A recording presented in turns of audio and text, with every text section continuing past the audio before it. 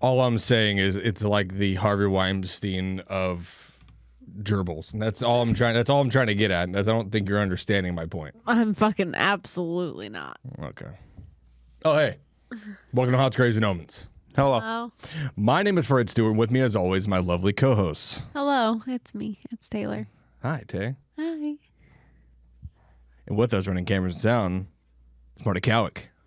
Live from Farmington, New Mexico. Definitely not in the studio. You definitely can't see the studio on the other side of the No. No. What's that, Fred? Yeah, we're in New Mexico. Yeah, Marty. So tell me, is there a lot of sand in Farmington? Yeah, there is, Fred. There's a lot of sand.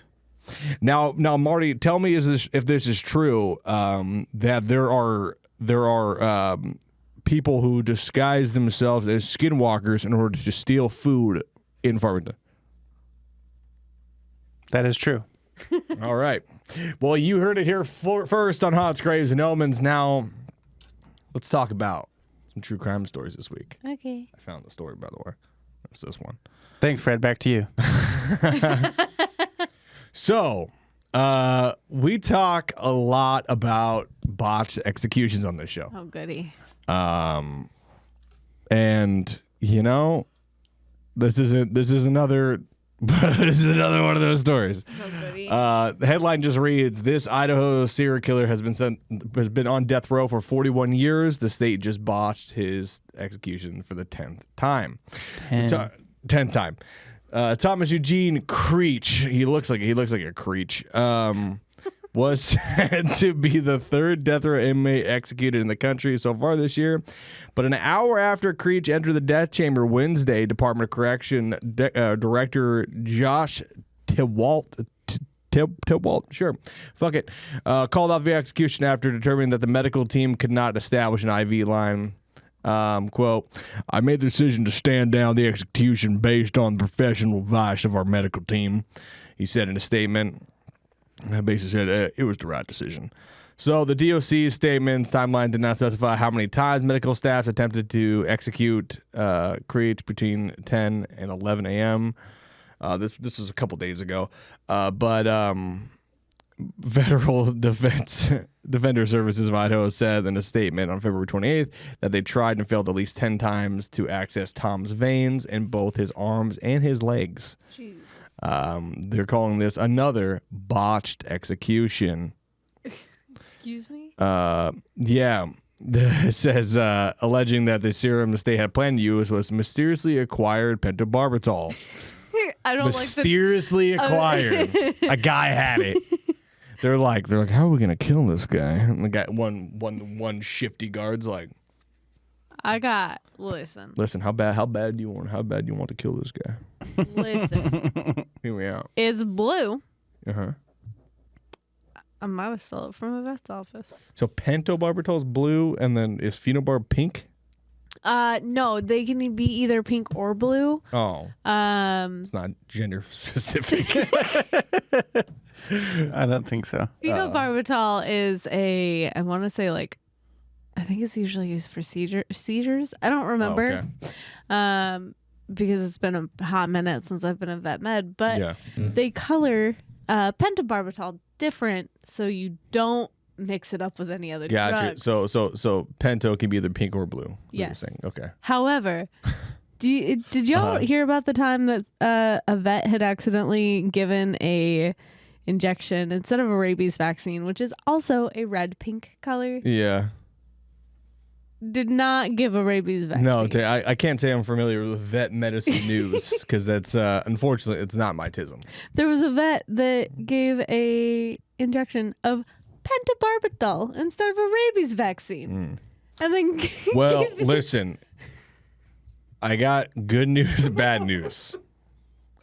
Good news, your dog's never going to get rabies. I want to say it happened like a year, 2 Bad years ago. news. It was the wildest thing. Do you want buried or cremated? But it is very funny that it comes in pink or blue because I like the fact that they're just like, he's like just sitting there and he's like, give me the fucking blue one. I want the fucking pink one. Just like the serial killer. Just like, it's a boy. He's also dead. He was a dead boy. He was killed by the state. He's still alive. This guy's still alive. He was convicted of serial killer on death row since 1983. Wow. Convicted of at least 5 murders in 3 states, suspecting multiple others. Might be a guy with the cover in HGO. But yeah. So yeah. Oh wow, he killed quite a few people. Oh yeah, this is a bad guy. Anyway, they stuck him a bunch and he didn't die. So his last meal was fried chicken, mashed potatoes with gravy, corn, and rolls, and he had ice cream for dessert. Now, does he get a second last meal? I think so. I think. Listen. He just ate real good that night. Yeah, he's like, give me blood thinner so they can't get my veins. I want this to be so chock full of sodium. Yeah. You ain't getting shit. Oh God. I like it's like the joke that I said last week where like what would your guy it was last week where I said what would your guys' death row meal be? And then I was like, it would just be a shitload of kernels and water for me. That way when I'm just getting fried, just like coming out, people were like, oh, popcorn. Well, I'm just on fire because I got the wrong sponges. True story. Episode 2, H.G.O. Go check that out. Happen. Another true crime story. Dairy Queen employees claim manager forced them to eat ice cream tainted with cleaning solution. Jesus Christ. This comes from Campton, Kentucky, because Yep. good old Campton. I have no idea what happens in Campton, other than them, other than that they're fucking managers who run the Dairy Queen out of their mind. So apparently, one of the employees claimed that the restaurant manager allegedly called 8 employees to a mandatory meeting where they were told to eat the contaminated ice cream. Quote, they were told by the manager that whether or not they liked chocolate ice cream, they were going to eat it today. Oh my God. Some of the kids that complained had a burning sensation while they swallowed the ice cream. Jesus. The mother of one of the employees, had a 17-year-old kid worked there. Following the incident, said some of the employees had to quit, including her daughter, and a bunch of people had to be taken to the emergency room. No charges have been filed, and the Wolfe County Sheriff's Office says that the alleged incident is under investigation, so we're not commenting at this time, which means they're not doing shit. Exactly. It's under investigation. We have a couple more games of ping pong to get through before we even start thinking about Dairy Queen. Actually, has Dairy Queen addressed this on their Twitter? I don't know. And honestly, I'm sickened by this. Where do you stand, Dairy Queen? Where do you stand? Do you stand with the manager? You stand with the manager? Manager is no longer involved as a working employee at the restaurant. So I'm gonna assume that they looked at this, went, fuck.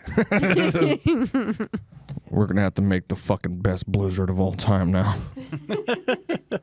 Now, have you ever had listen, this month's blizzard is just opium. Oh, I was thinking Pine Sol flavored, but oh, cheeky Tay. That's very funny. Lemon Pine Sol. Yeah, you guys are so funny. Yeah, but these kids really had a hard time. It's really just Tide Pod Blizzard. These kids are going to love this. Hey, do you want this card that was in your pocket? Here, you can have that. You're wearing my pants. I'm wearing. Listen, I'm not wearing your pants. They're my pants. They're pajama pants. They're my pajama pants. Okay, that's a little more. It's less of me being like, but my fucking butt looks good on these. Yeah, no, dude, that's pretty shit, shit situation. But glad those kids are okay, and glad that guy is off the streets to possibly haunt another Dairy Queen.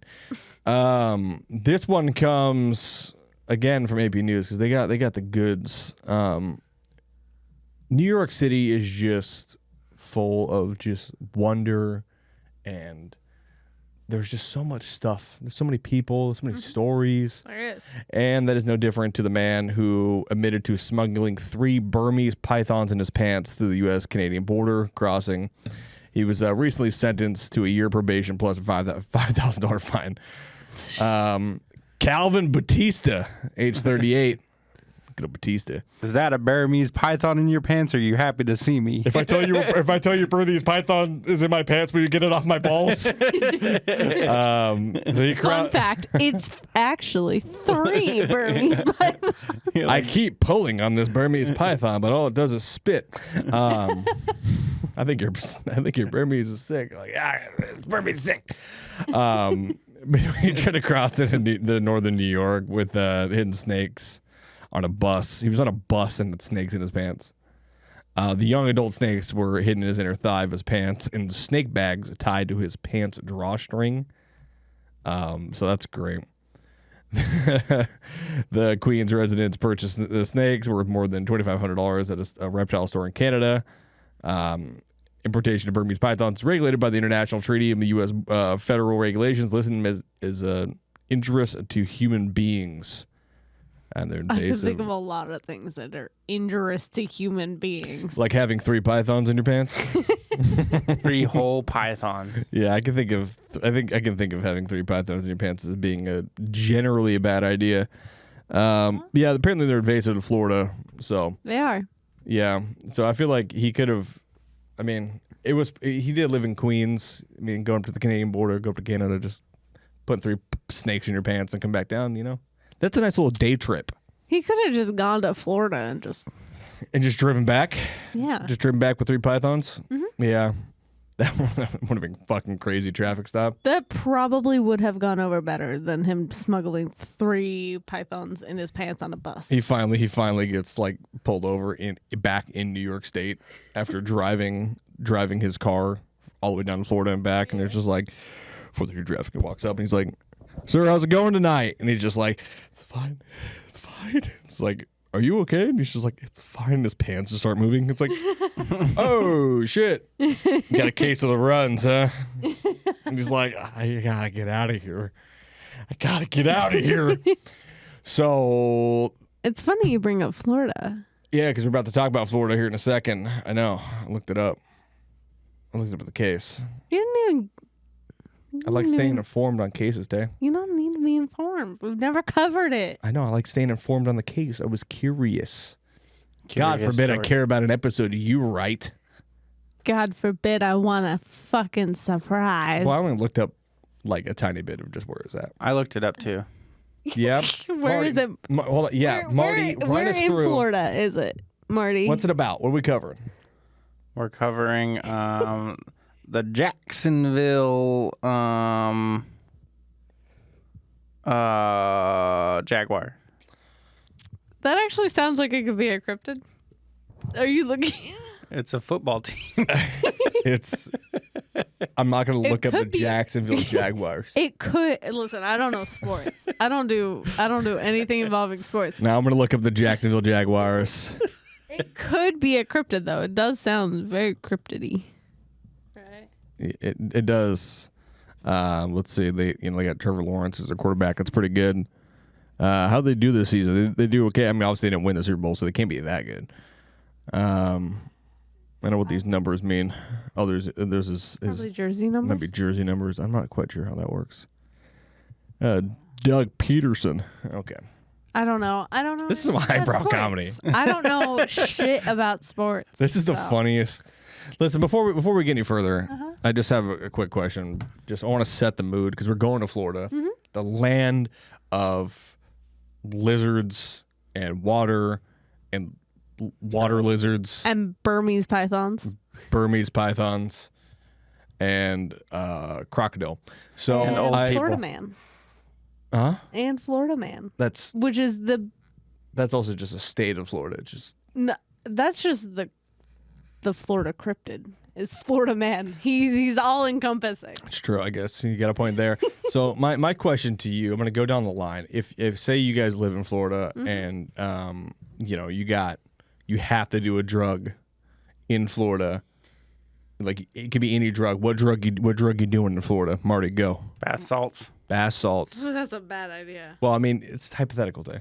I don't know. What drug you doing in Florida, Tay? That's a good question. Mm-hmm. I don't really do drugs. I mean, I don't do bath salts, but Yeah, it's you know what, Marty? it's a hypothetical. when in Florida, Why do are as you the Floridians do. Why are you, Marty? Why are you lying Yeah. to our watchers right now? I'm not lying. You do bath salts all the time. Yeah, dude. Okay. It's kind of fucked up. Calling him out on this. But Tay, what drug are you gonna do when you move to Florida? DMT. DMT. Yeah. I think that's a Texas drug. That is a very. I feel like that is a very Texas drug. It's just because Joe Rogan lives there. Yeah. You guys want to? Someone want to ask me what drug? What drug are you gonna do? I say no to drugs. I just figured you were gonna have The most bitch ass drug you can do. Yeah, I get high on God, dude. Yeah, Great. God is a special strain of methamphetamine that's made down there. It makes you see the man with the pearly gates himself. I was trying to look up like Florida man news, and Eric, you start the episode. I'll look at Florida man news. Okay. I just found one that said Florida man has 150 lab bugs removed from his nose, and he didn't even know they were there. So that's great. Listen. That's dude, man. I'll read you one. Hot Florida man right here came out fucking 2 days ago. This is not only the most, but this month the only. Jesus Christ, it's like one of the most trusted news sites you could possibly get because it's not even a news site. It's the U.S. Department of Justice, the DOJ. Florida man pleads guilty to conspiracy to smuggle turtles to Germany and Hong Kong and falsely labeling the turtles on related paperwork. He tried to smuggle a bunch of turtles. He just didn't do the right forms, dude. He tried to go through Miami International, and he got Is caught. this the same guy that was trying to smuggle Burmese pythons? Maybe. He's like me, like a comical lung mustache. I've never tried to smuggle animals. Never. I like the headline on this one. Drunken belligerent tourist molested a manatee statue at a Florida restaurant. That's fucking horrific. Just a manatee statue. They're just so soft. Who wouldn't want to fuck a manatee? Now let's get to the episode because it's like 8:00, Oh, and I'm a tired boy. me too, but Tired I'm boy. a tired girl, not a tired boy. But I'm a tired boy. so we're gonna talk about some cryptids in the St. John's River in Florida. Uh-huh. We're not really shy of like talking about water cryptids, right? We've talked about quite a few. I mean, we've talked about Nessie, and there was the one in Oregon. No, I His almost said Champy. That's not Champy. Champy's in Champlain. Yeah, that's in New York. Yeah. New York. Why am I forgetting the I name don't of know. our water There's a crypt? beer named after it too. You know, it was so long ago. It's fine. I don't know, man. Is it Wally? No, it wasn't Wally. It was the one on the Columbia River. No, I don't know, dude. We've covered so many. It's in our list. What the It's fuck is fairly early What the fuck on. is a gumbaroo? Oh, we've talked about a gumbaroo. Have we? Yeah. Gumbaroo, dude. Wait, we have gumbaroo here, Yeah. supposedly? Allegedly, we have gumbaroo. Dude, I'm pretty sure Oh. gumbaroo is what happens when you're wearing shorts on a hot day, and then your balls get stuck to a chair. You know what I mean? It leaves a ball print, dude. That's your gumbaroo. Oh, you said some gum. Gross. Hey, can you read my watch?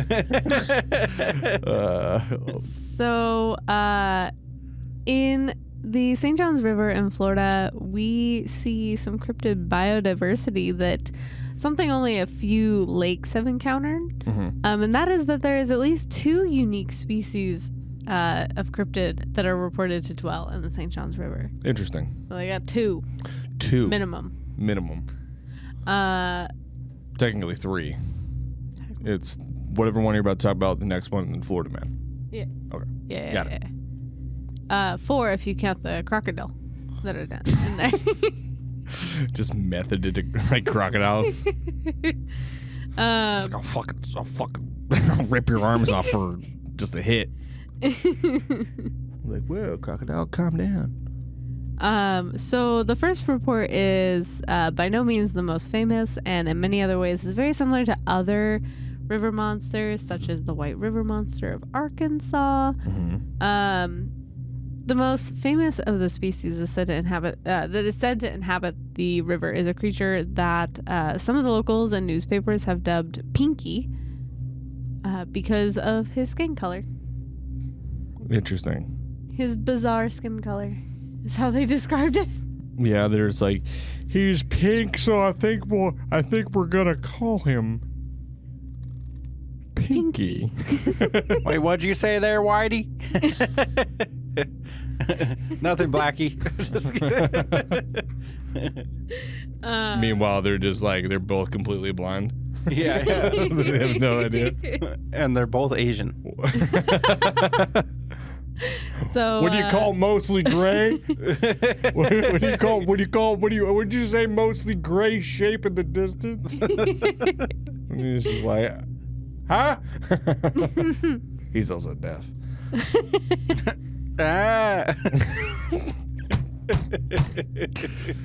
So listen, if we offended the deaf community by you hearing this, first of all, how? Yeah. How'd you do it? We're happy to help cure that. If you're offended by being deaf, then you're faking. if you're offended by being deaf, you're faking. That's crazy. Just going after the fake deaf community. I'm looking that up now. I'm gonna see if the fake deaf community exists. Go continue, please. I'm so lost. So there are some reports with Pinky dating back all the way to the 50s. But I mean, the oldest account of something strange in the area of St. John's, as with most cryptozoological mysteries, actually date back to the Native Americans. There was a particular path that had been called by the Spanish settlers the Dragoon Trail or the Dragon Trail, which had been known by the Native Americans for years as an area full of strange creatures. Dragon Trail is what happens when you eat too much spicy food and then you wipe and then it continues to go. It's like a marker, but it's hot. Great. It's called the Dragon Trail. Great. Yeah. Or it's when you pepper spray your own asshole. That's the Dragon Trail. Sorry, boss, I can't come in today. I Dragon Trailed myself. And it's like, huh? You did what? And you're like, I can't explain it right now. All right. I'll see you on Monday. You wouldn't believe me if I told you. Yeah, I'll see you on Monday. It's fucking Tuesday. I'll see you on Monday. I'm going to need a couple days to recover. So the tales were later claimed to be based on the findings of dinosaur fossils found in the area. The answer to this hypothesis would be fine if it was anywhere else, but during the time of the dinosaurs, Florida was primarily underwater. So there weren't really dinosaurs walking around, as it was underwater. Well, you know. I don't know, dude. Were you about to counter the fact that there were not dinosaurs in Florida? No, I was about to just bring up the fact that I have a friend, Marty. Actually, I say all three of you. Both of you know. You've met him. You used to work with him. Who doesn't believe that dinosaur bones are real? Doesn't think that dinosaurs actually existed, and it's not like it's a religious thing where he's like. The earth was created 6,000 years ago when God created, it was not like that. He's like, yeah, I'm pretty sure it's all just lies made by the scientific community to drive tourism. I've met this person? Yes. How many times have I met this person? You're not allowed to say their first name? I would prefer not to. You're not allowed to say their last name? I would prefer not to. Do you know their middle name? I don't know. What? Does it start with a J? No. If you're thinking of Jace Cunningham, then no. Do you know their middle name? Just name drop Jace on here. No, I would describe him as a tactical hobbit. Oh, okay. Yeah, Marty knows who I'm talking about. Okay, I heard you describe this person the other day. Yes. Like that. Without saying any names. I met him? Oh, I know who you're talking about now. Yeah. Well, we'll talk after the show. Okay. Well, falling apart. So The problem is so with Florida being underwater and that which was not, it was covered in sandy terrain, which is pretty difficult to preserve fossils. So fossils of dinosaurs outside marine reptiles would be pretty much a rarity. They don't really exist out there. Mm-hmm. But if they were water skiing and then they had a tragic accident. It's not it. The tragic accident while water skiing. So we're going to talk about the first official detailed account of this creature. Of Pinky? Of Pinky. Is this Pinky? Am I showing a photo of Pinky to you? Is this Pinky? That is something that is pink-ish. A cat dick? What is that? So the first official detailed account of the creature can be found in Scott C. Marlowe's book, Cryptid Creatures of Florida. The first creature, which has been called the Astor Monster, first came to public fruition in 1953 when the creature was reportedly sighted by Buck Dillard. Buck Dillard? Buck Dillard. Hey, it's me, Buck Dillard. I was down there in the water and I saw my... Hold on, I gotta pull it together. Hold on. Hold on.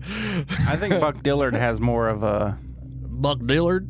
More, yeah, kind of like that. Yeah. Even well, listen, I'm Buck Dillard, all right? I'm from Buck Dillard and Toyota. I think it would be more like the people off Swamp People, where it's like, do it! Like Buck Cajun? Dillard! Like Cajun people? Yeah, kind of. My name is Buck Dillard. I come out there from... Yeah, there you go. That's Buck Dillard. I was out there near the water over there, and I saw this thing up pink and shit, and I just said, I'm going to write a book. Because no one can understand what the fuck I'm saying. Yeah, that's for sure Buck Dillard. Buck Dillard was Barney Dillard Sr.'s grandson, just so y'all know. Oh, shit. I'm so sorry. Barney Dillard Sr.? Yeah. And he was like... Good old BDS. BDS.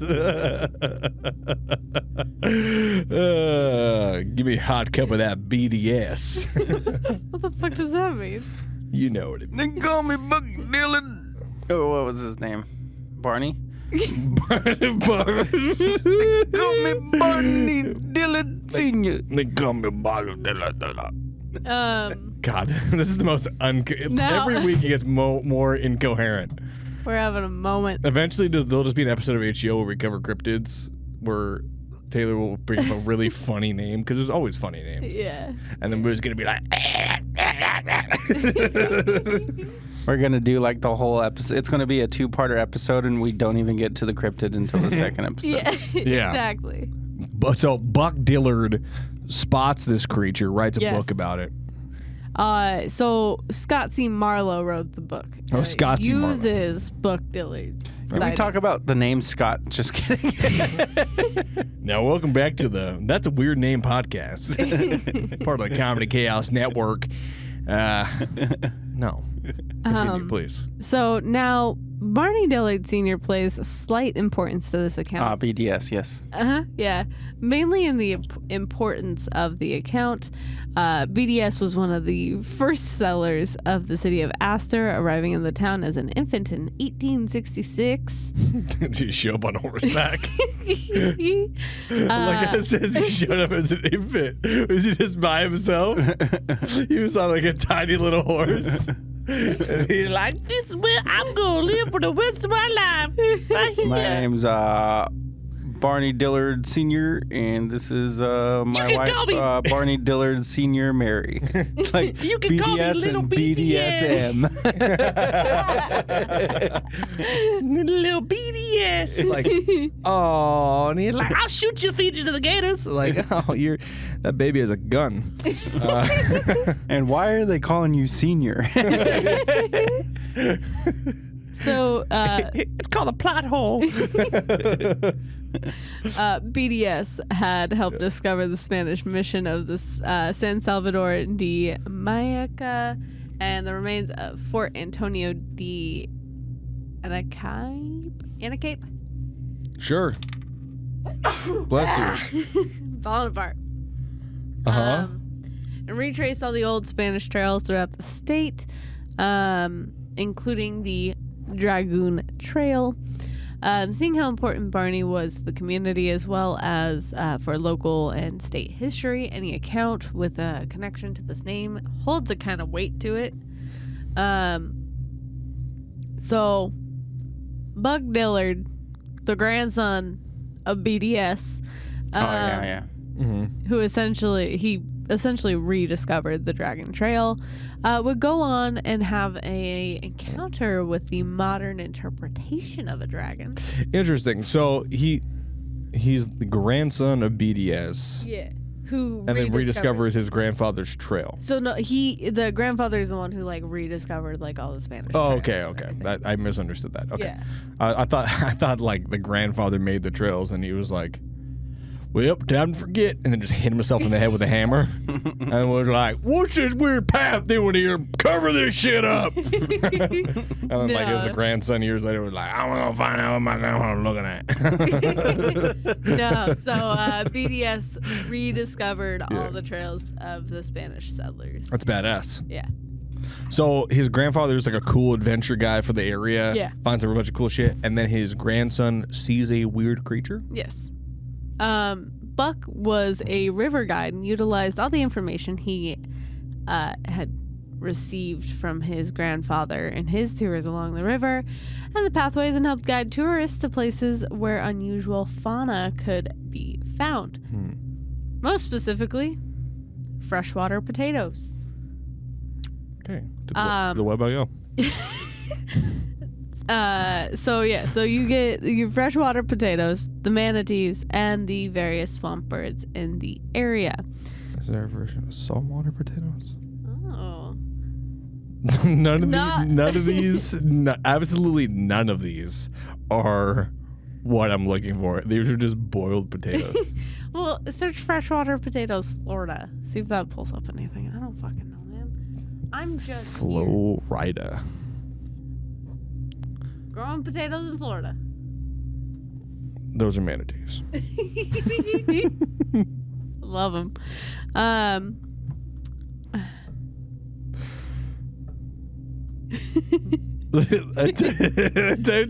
typed in freshwater. I'm not even gonna lie to you. I'm not even gonna lie to you. I typed in freshwater potatoes, Florida, and like half the photos are just manatees. I'm sure that's what they mean. Is like they look like potatoes, so they just call them freshwater potatoes. That is a round manatee. Don't fat shame him. I just said he's round. It's not cool to fat shame manatees, Taylor. They're endangered. I'm just stating the fact that he is a shape. Manatee, I know you're listening to this. Cover yours. Okay. So he would go and show him like the manatees, also known as freshwater potatoes, and the various swamp birds in the area. Buck proceeded to take a Mr. and Mrs. Art Myers from St. Louis, Missouri, fishing on Sunday the 18th of 1953 on Lake Dexter, which connects the St. Johns River and is 4 miles south of the Astor Bridge. Apparently, the creature rose from the water a mere 30 feet from their boat and proceeded to come near the family's boat and looked at them for about a minute or two before submerging. The creature was monstrous in appearance and was something that he in his experience had clearly never seen before. The creature was 30 to 40 feet long. Wow. Big bitch. It's a big bitch. That's a huge bitch. So not a manatee, right? If it's 30 to 40 feet long. Mm-hmm. Had the body not unlike that of an elephant with a dull gray skin of one as well. So apparently, just seeing that would be startling enough, but the creature had one feature as he looked at the creature's head. A huge hong? Oh, okay. That would clearly would have been more worrisome, for there was a single horn sticking out of the creature's forehead. It's a fucking narwhal? Narwhal. A 30 to 40 foot narwhal. Whoa, that's badass. Who lives in Florida? Maybe he's on vacation. Or maybe, perhaps, he was going to the Legoland beach retreat that is just on the coast of, That's where of Lake Dexter. I want to go there. Perhaps. It's across the street from a Ruby Tuesday and a Taco Bell. So Oh, it's also on Legoland Way Southeast, dude. They fucking changed the names. It's also cross street is Register Road, which I assume is for all the sex offenders that go there. Okay, but like you've also got like in San Diego to the like fucking SeaWorld or whatever. It's like fucking SeaWorld Drive or some shit like that. Yeah. Fucking. We can go to the Glory Days Grill. Glory Days Grill, which is and really Legoland convenient. Beach Retreat. It's on everybody? Legoland Way and Register. This. I gotta pull up a sex offender registry map. You continue. So the chlorine, while clearly meant for something that was meant for more violent interactions, was offset by the creature's large, soft eyes, which appeared placid. Buck, in an interview in the October 25th edition of the Orlando Sentinel, would break down the encounter, stating, quote, "I was looking around on the river when I first saw him. I said, looky there, what in the hell is that thing? Well, golly!"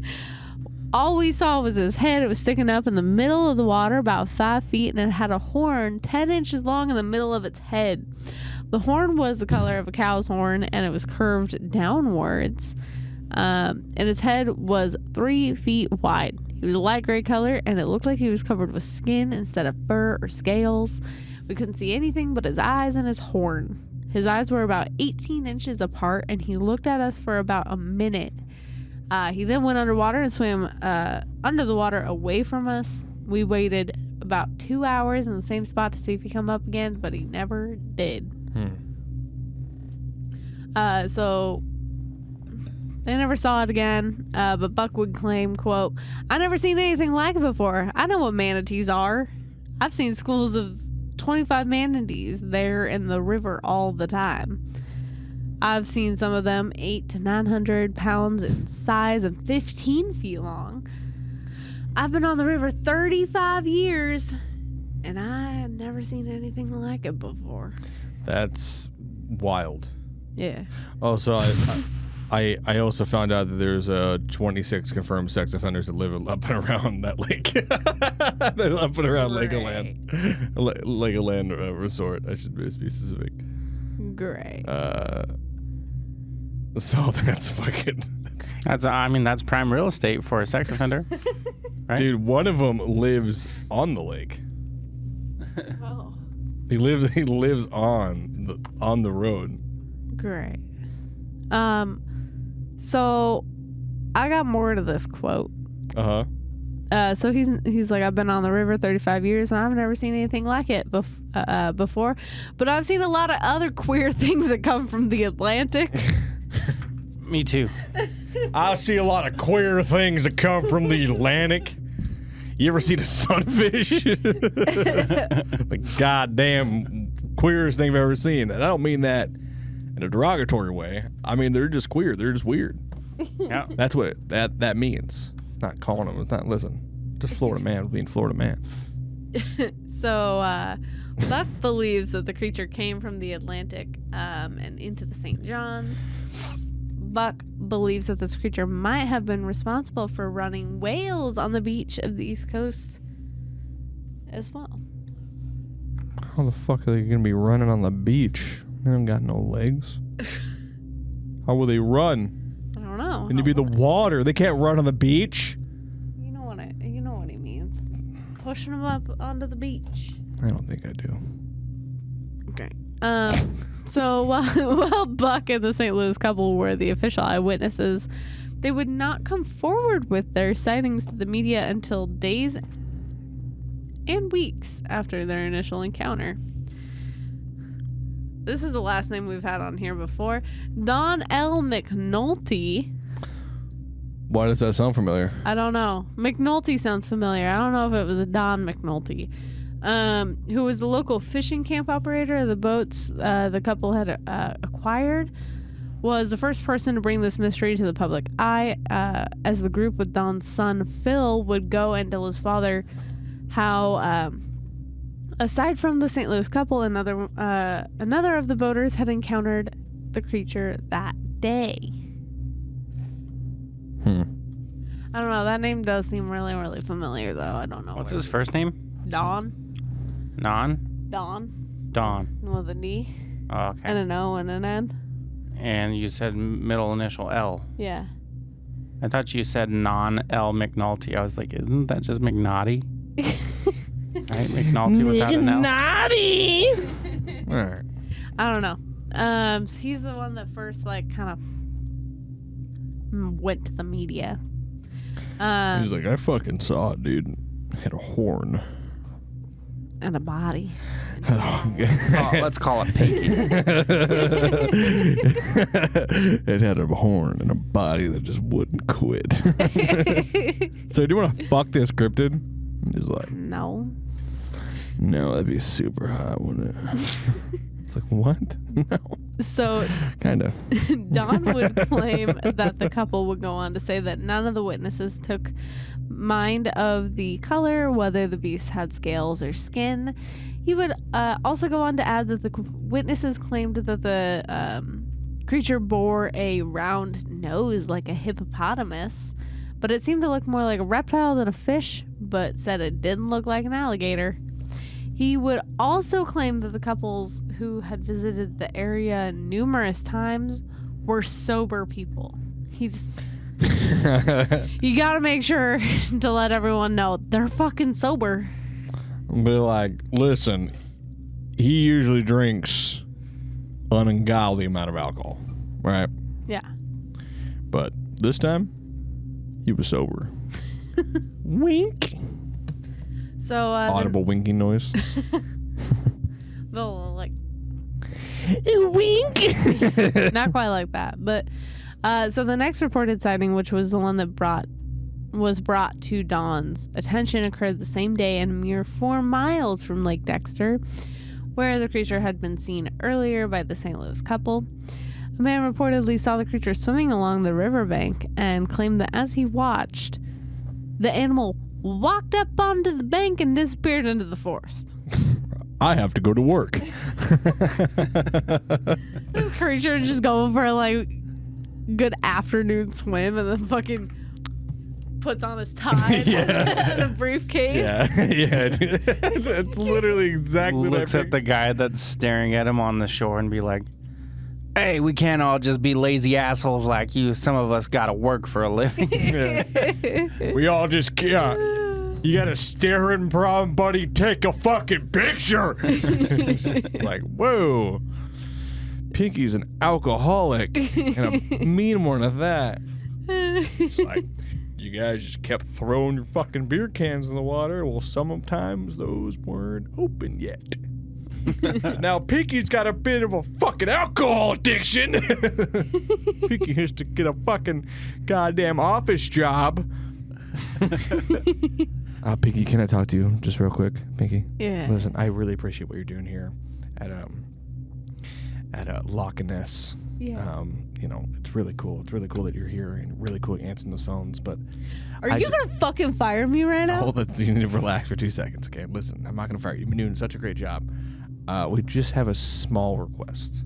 What? Can you stop poking holes in the ceiling with your giant horn? No. Just take it as positive feedback.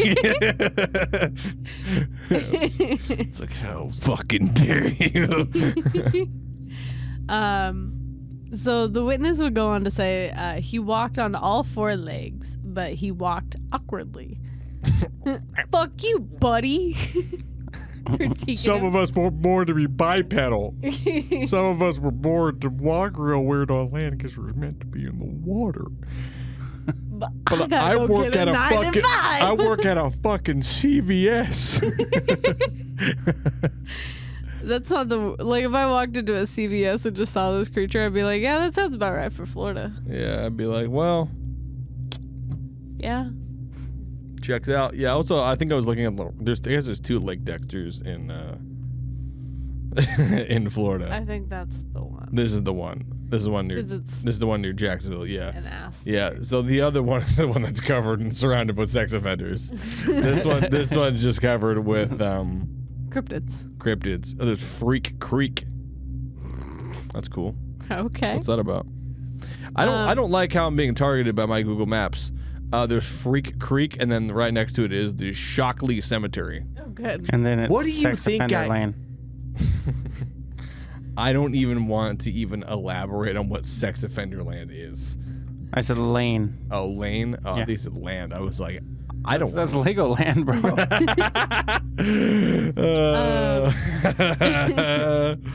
So, yeah, so they talk about how this creature walks real awkwardly on land, probably because he's not meant to be there. And in the book Cryptid Creatures of Florida by Scott C. Marlowe, the author would go and claim that Buck would go and have at the most 3 other sightings of this creature, including one on land, at least from newspaper accounts and other resources. That does not seem to be validated outside of the initial Lake Dexter account. However, Marlowe claims that this encounter was, in fact, his second, and that his first was on land near Dragon Trail. So, Gotcha.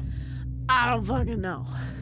The next reported sighting came from a Mrs. Robert Seymour of Barberville on October 19th of 1953. So, same year, same month. All these names are fake, right? Barberville. Yeah. And go, God damn it, son. You want to cut hair in this town? You're going to have to go through me. And all the other barbers here. It's the only profession we got. It's the hair mafia. They're just like, they're all just, I'm like, well, we'll break your scissors. How about that? But they all just have like fantastic hair. So, it's a shitty joke, no. Listen, I get it. It's fun. So, Mrs. Robert Seymour was near the Astor Bridge fishing on a boat when she had her encounter. Apparently, the creature just stuck his head out of the water. Mrs. Seymour would state, quote, "I was so frightened, I rowed to the shore and stopped fishing." You got to be pretty scared to scare a Floridian out of the water, too. Yeah. Yeah. Bro, Floridian see some shit and be like, my fucking dog got ate out of my hands last week, but listen, I saw that thing and I said, no sirree.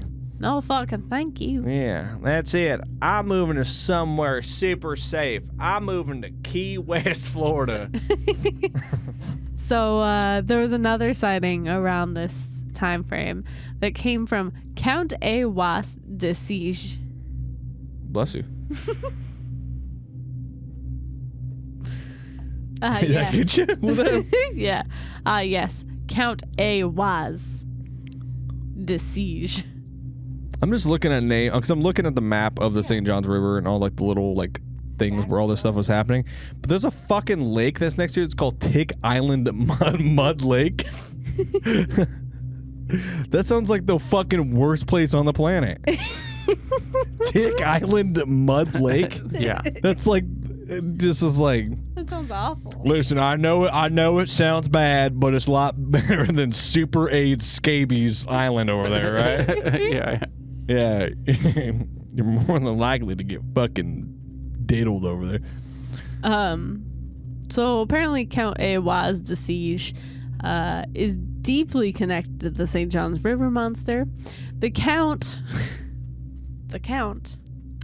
I just can't get over the fact that there's a man in the 1950s who's just the Count. The Count. Fucking vampire ass. Well, Listen. Uh-huh. I know that I just own a restaurant. Okay. Can you call me the Count? If I listen, we legally have to call you the Count because you're the only one in this town who knows how to.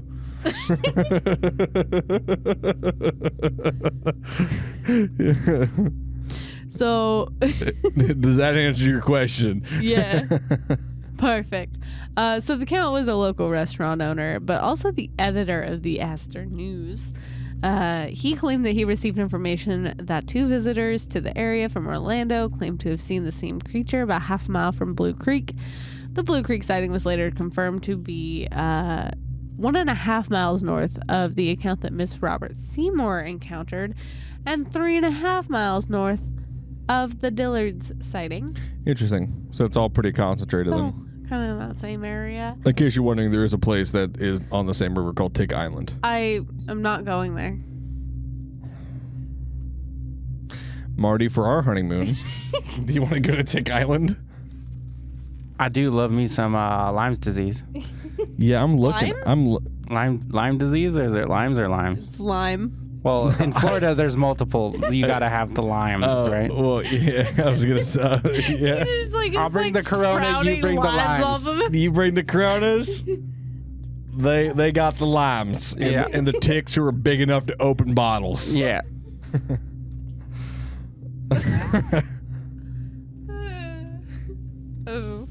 This does look like a nice little place to camp, though. I would never camp in Florida, but this looks like a nice place to camp. I would never go to Florida, but this looks like a nice place to get Lyme's disease. I would go to Florida. I would go to Florida. They have Paramore's campground. Whoa, whatever makes you camp.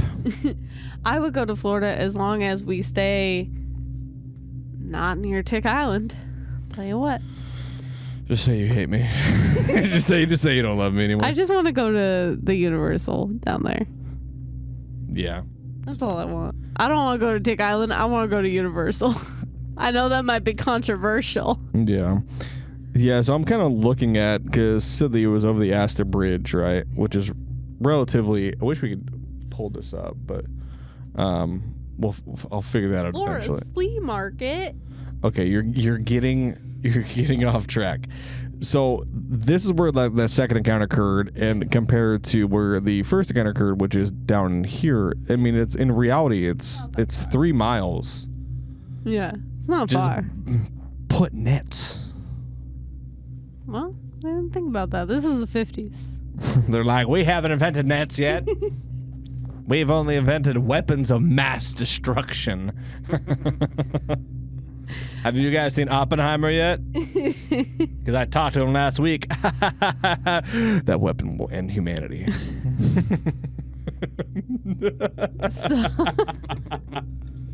So with the Blue Creek sighting, the total number of reported witnesses to the St. Johns River monster was about, at this point, 6, but more were soon to follow. The Count, while skeptical of this creature, would slightly change his tune when his father-in-law would come forward with his own bizarre finding that might be connected to the creature. I found my missing tooth. W.G. McLean. Ooh, God, that's a good name. That is a good name. W.G. McLean. He noticed hyacinths were disappearing in the bucket loads from the river. That what? Are you speaking in Dune talk right now? Hyacinth. They're a type of flower. Hyacinth. Yeah. And they measure those in buckets? He was just saying that they were leaving by the bucketful. Marty, what you don't understand is that Americans will measure anything but the metric system. Yeah. I'm in a page that just strictly does that, and a guy was like, hey, how much space do you think I can fit in the back of my tractor trailer? Because he had a sleeper cab, and he goes, lobster tank for scale. And it had a whole lobster tank. Lobster tank for scale. In the back of his semi-truck. It's like, well, how big is the lobster tank? It's like... It's about 1 lobster tank size. Yeah. So, one dog for scale. Yeah, it's like these blue, sometimes purple flowers, I would say. They're blue, purpley pink, and white. Yeah, they're really pretty, actually. I really like these. But they're disappearing by the bucketful. Yeah. And he goes, I know what's causing this. McLean suggests that the creature was presumably a vegetarian and eating them by the acre. McLean, with absolutely zero possible evidence. He's like, these hyacinths are disappearing. It's the monster. He's walking in and goes, this pink cunt keeps eating all of these goddamn flowers by the fucking acre. McLean would state in an interview, maybe the hyacinths attracted him, but if he is eating them, he should be protected. Oh. He should be protected if he's eating the hyacinths. I love him. It's great. After the Blue Creek sighting, rewards were being offered for the capture of the beast. One particular offer was $5,000 alive or $1,000 dead by Owen Godwin, who is the owner of Godwin's Snake Village at Kissimmee. This is the most Florida cryptid. Owen Godwin, the owner of Godwin's Snake Village. Every single time we come back to Florida for a cryptid, it just gets more and more Florida. I don't think we can ever top this for the amount of Floridians that this is. We'll see. The only stipulation for the reward was that it was only payable if the creature was, in fact, 30 feet long and did bear a horn on his head. And no cheating. I know if you went down to the craft store and just super glued a horn to a manatee. A less extravagant prize was offered from Mel Larson, a former Midwest manager for Reader's Digest Association. He offered $100 cash reward for the monster, stating, "If it has 4 legs and lives in the water, it must be a mammal. If it was placed in a cage and made a tourist attraction, it would be one of the biggest drawing cards in Florida." Dan's got a point. Neither reward was ever claimed. Oh, dang it. So I was hoping you were going to be lucky. And then they found him. No, you can go get him. And he worked at a nearest thing is Jacksonville. Okay. What? So the accounts of the time drew some governmental interest, albeit some sarcastic interest, but interest nonetheless. A letter from former state attorney J.W. Hunter of Tavares wrote that it knew of the creature but believed of it to be extinct, going as so far to dub the creature Borincus. That's what I read earlier, that I was like, I was waiting for you to get to Brinkus. Borincus. They're dubbing the creature Brinkus. Borincus. This is still Pinky, correct? Yeah. Brinkus sounds... Brinkus sounds like the shit that hangs off of Pinky. Look at Pinky's Brinkus. So... His large Brinkus. Borincus. His Brinkus. I don't know. I'm just spitballing here. I don't know. Brinkus is just a fun word. It is a weird word, though. He would claim that Barney Dillard, who still lives in Volusia, used to use a team of them to power his ferry across the river. Power fairy. Mm-hmm. Is that just a mythical creature that knows how to deadlift? Yeah. Yeah. I'm a power fairy. He offers a rather grotesque method to capturing the creature by taking a passel of cats from Leesburg to offer as a kind of bait for the creature so that it can be exhibited for the school children of the country. Now, kids, gather your cats together and put them in this burlap sack. No, it's all fine. I know they're fighting in there, all right? Now, here's what I'm going to do, okay? Mm-hmm. All right, teacher? You paying attention? So what I'm going to do is I'm going to drown all of these kids as cats in hopes of attracting a monster that probably doesn't exist. Reminder, this is former state attorney saying this. Oh. I think y'all forgot that. I did forget that. That's crazy. The former state attorney was like, let's drown some cats and attract a river monster. Yeah. God, I fucking love that state, dude. He's the one who thought that Barney Dillard used a team of Borincuses, Borinci, if you will, to power his ferry across the river. We are talking about a man who held a governmental position in Florida. God. He's like, this man has got a bunch of Borincus powering his fucking ferry. And you know what we should do to catch him? Drown some cats.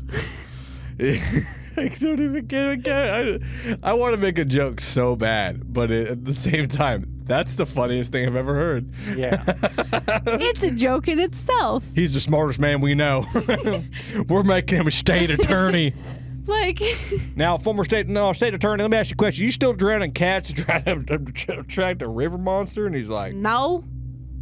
I don't know. Yes. I don't know. Do you got spare cats? What are you, the fucking cops? Oh, man. Wow. I forgot about that. I just wanted to make sure because no one, neither of you commented on it. And I was like, you guys remember that this is the former state attorney saying this, right? No, I forgot. I'm not going to lie to you. I was just so caught up in the fact about the Brinkus that I forgot that this man held public office. They allowed him to do that. When do we get to the one-eyed, one-horn, flying purple people eater? That's next episode. Oh, I thought that was Pinky's cousin. It is. We're gonna cover him next episode. The Floridians call him Purpley. Yeah. They just name him based on the color. Yeah. I'm sorry. You guys both having a schizophrenic break? Yeah. I just want to verify because I'm also interested in having one of those. Yeah. Because Can I buy that at the store? I'm still just caught up on the fact this man held public office, and then I tuned into the one-eyed people eater. They call him Purpley, and I'm like, am I in a fucking K-hole right now? What is happening? So this former government employee decides that he wants to draw cats to try to attract. That was his suggestion. A passel of cats from Leesburg. I don't like a passel. Listen, just go grab a few buckets. Fill them up with some cats. Grab a nice acre of cats. So Jack Miller of Jacksonville, Arno Richardson, and Mary Lou Arno's daughter had an encounter of this creature while out bow hunting for deer. The group proceeded to park halfway between Alexander Springs and Astor Park, and the group began the long, arduous trek towards the river at 3 p.m. The group managed to follow a deer print they came across more than a mile in the wilderness when the group came upon a swampy thicket at 5 p.m. to set up camp. The two men and the 18-year-old girl proceeded to push their way through the thickets, whereas they approached the thicker section of the woods. So the branches seemed to shake and creak, mainly in front of Miller. It was then that a strange smell permeated in the area. It was a terrible smell. It smells like the inside of Margaritaville. And the group looked at the area where the shaking branches occurred. The area was merely 20 feet away, and they could tell that there was a large creature, but its exact appearance they could not make out. Jack tried to make it to the clearing where he could attempt a shot. Mary Lou, either brave or stupid, proceeded in approaching the creature as it continued to shake the branches. Jack Miller, in an air of concern, shouted, "Stop! Be careful!" That's now hold on now. Now hold on down, Tay. Yeah. Hold on. Yeah. I don't think trees are supposed to do that. They're like, we should make you state attorney. At the sound of her father's friend's voice, the giant creature seemed to be startled and ran away, making terrible cries as it ran off. Terrible cries around. Don't call me stinky. I'm not stinky. You're stinky. Mary Lou, at that moment, realizing the imminent danger, proceeded to scream as the creature ran towards the safety of the river.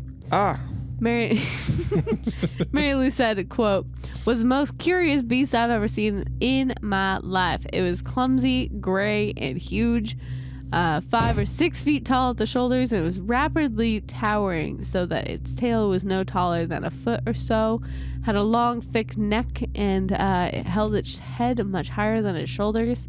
The head seemed to be above the bushes and was like that of a great snake or lizard, with the difference that this something had a horn on his forehead curling towards the nose." And you tell me they didn't launch an arrow at it? Guess not. It was an animal. It was like an animal with a horned lizard's head and a long lizard's tail, but the body of a 4-legged mammal. The mouth was not of an alligator, but more of a cow, and the eyes also. As they followed the creature, they ended up coming across a set of tracks that the monster had made in the mud that witnesses described like that of a snowplow.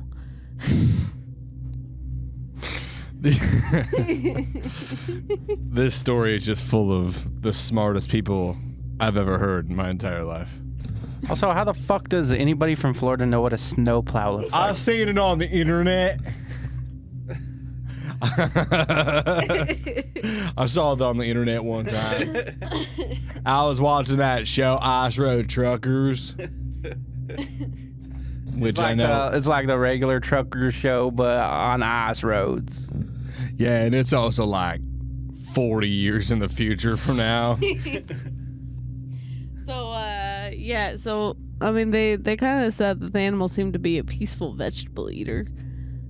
He didn't really do much except cry as he ran off. Except they eat paraplegic people.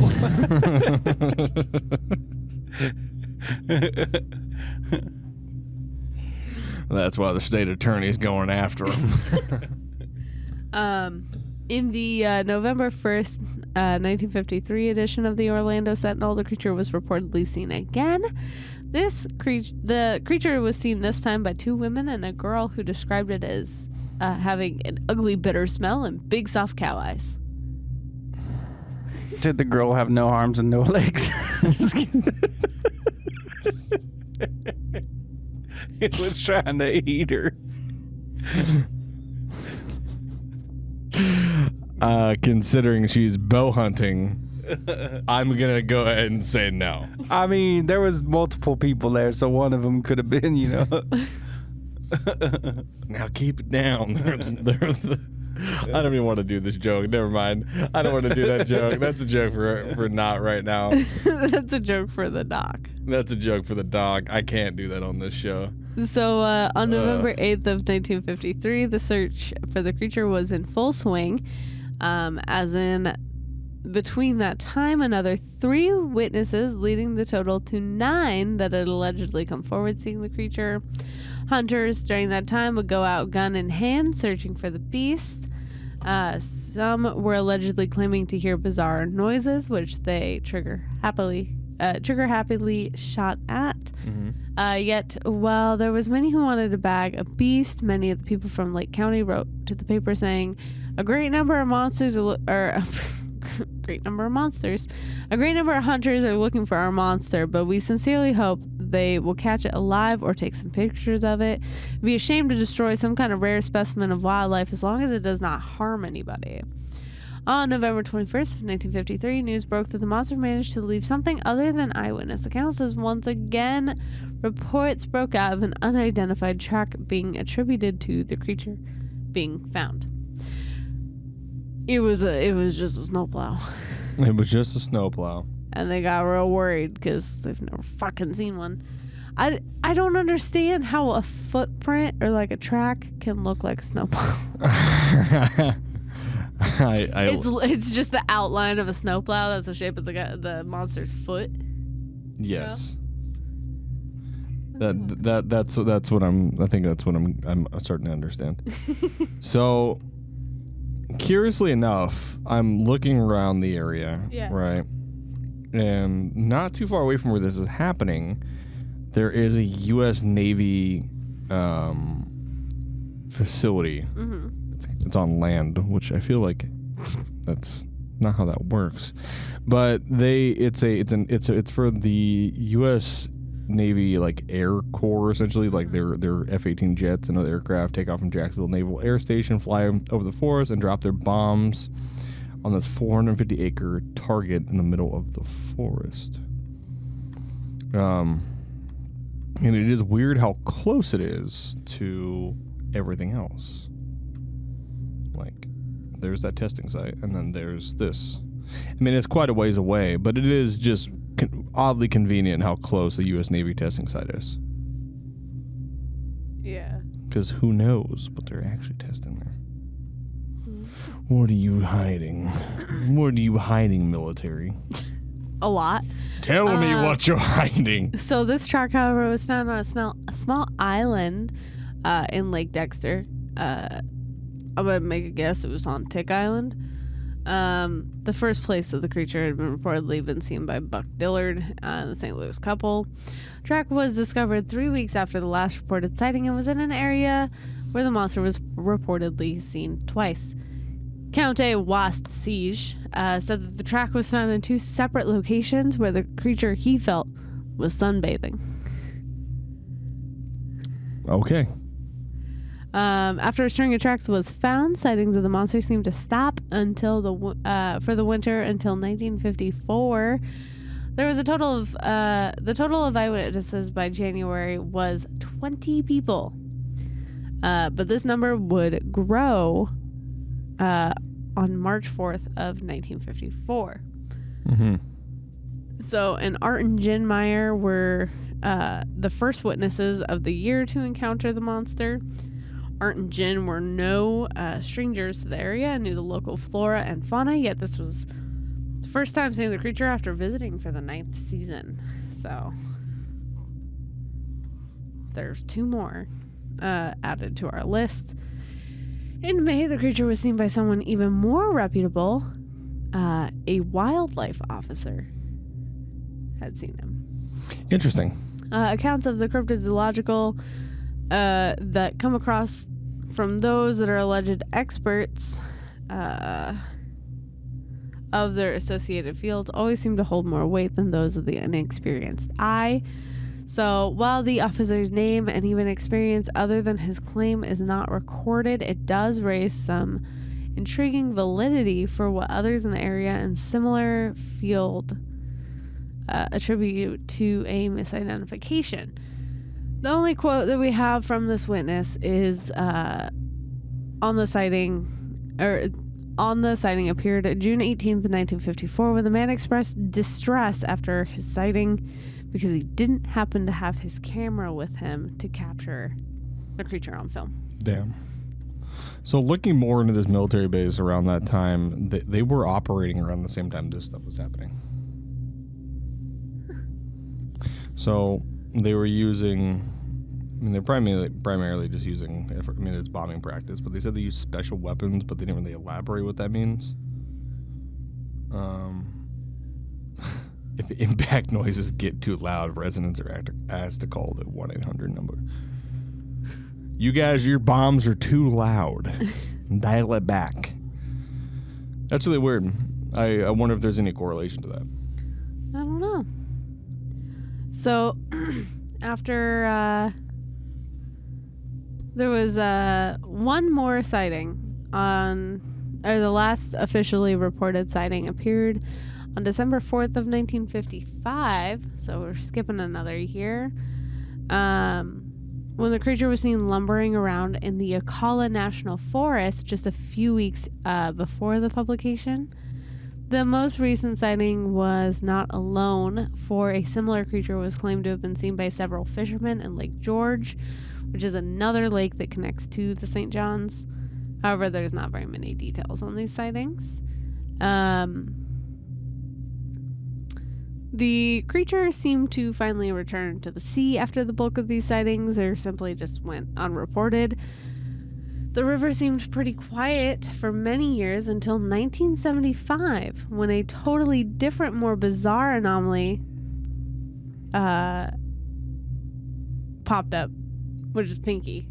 So Yeah. It was not the same creature, but it is another creature. Okay, so it went from originally it was the little hobble guy running around. This little sea hobble man. And then that transformed into Pinky, which we know with the big ass horn.